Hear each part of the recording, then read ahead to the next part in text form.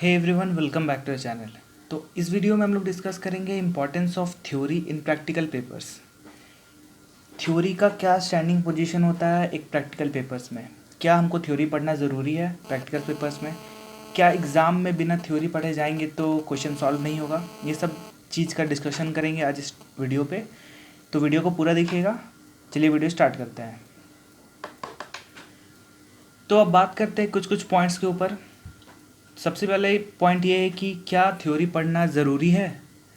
तो एब्सोल्युटली ज़रूरी है। रीज़न ये है कि थ्योरी के बेसिस पे ही प्रैक्टिकल सॉल्व होता है। ठीक है, भले ही आप प्रैक्टिकल सॉल्व करने का नॉलेज कहीं से भी लिए हो सकता है वो बुक से, आपने प्रैक्टिकल क्वेश्चन से लिया हो, या फिर आपके ट्यूशन टीचर से लिया हो, या फिर आपने स्कूल से लिया हो। ठीक है, या फिर किसी का वीडियो देख के लिया हो। लेकिन बात यह आता है कि सारा का सारा प्रैक्टिकल जो सॉल्व कर रहे हैं उसका बेसिस आपका थ्योरी ही है। अगर कोई थ्योरम लिखा जाता है तो वो भी थ्योरेटिकल ही लिखा जाता है।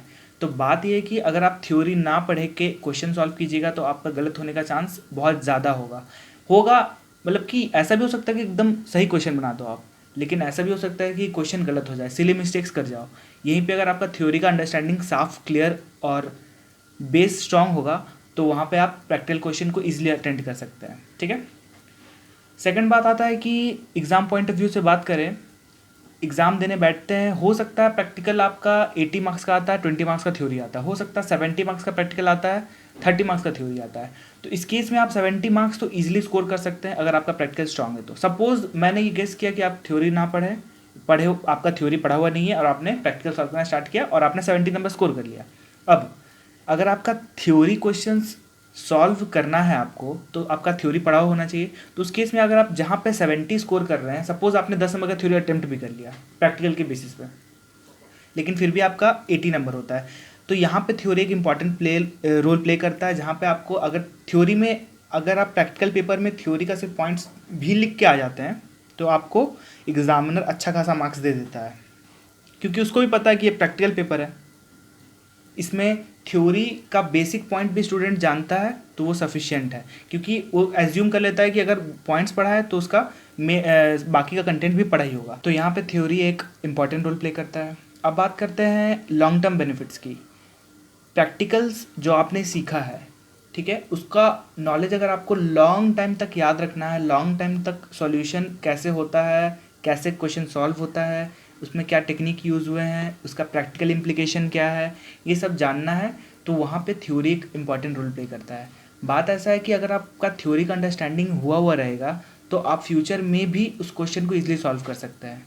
ठीक है, एक बेसिक सा चीज़ देखें तो लगभग हर एग्ज़ाम में क्वेश्चन इसी तरह से सेट किया हुआ होता है जहाँ पेपर का वेटेज 40 और 60 रखा जाता है, यानी कि 60% प्रैक्टिकल, पूरा प्रैक्टिकल, और 40% थ्योरी। अब हो सकता है कि आपके 20 नंबर के ही थ्योरी क्वेश्चन आते हैं, लेकिन बाकी का जो 20% का वेटेज है वो आपका प्रैक्टिकल में ही इंक्लूड होता है, यानी कि अगर आपका थ्योरेटिकल नॉलेज सही होगा तभी उस क्वेश्चन को आप सॉल्व कर पाएंगे। ठीक है, तो यहाँ से भी थ्योरी की इंपॉर्टेंट रोल प्ले करता है। और भी बहुत सारे पॉइंट्स हैं जिसमें थ्योरी एक इंपॉर्टेंट रोल प्ले करता है। अब नेक्स्ट पॉइंट की बात करते हैं। तो नेक्स्ट पॉइंट सबसे इंपॉर्टेंट पॉइंट है, सबसे फेवरेट पॉइंट है आप लोग का, कि कब थ्योरी पढ़ना स्टार्ट करना है। थ्योरी पढ़े तो पढ़े कब, चैप्टर स्टार्ट होने से पहले या फिर चैप्टर ख़त्म होने के बाद, आपके क्लास का सेशन स्टार्ट होने से पहले या फिर सेशन ख़त्म होने के बाद, यानी कि एग्ज़ाम के टाइम। तो सबसे अच्छा टाइम होता है कि आप चैप्टर स्टार्ट होने से पहले ही थ्योरी पढ़ लें, भले ही थोरली ही पढ़ लें लेकिन पढ़ लें।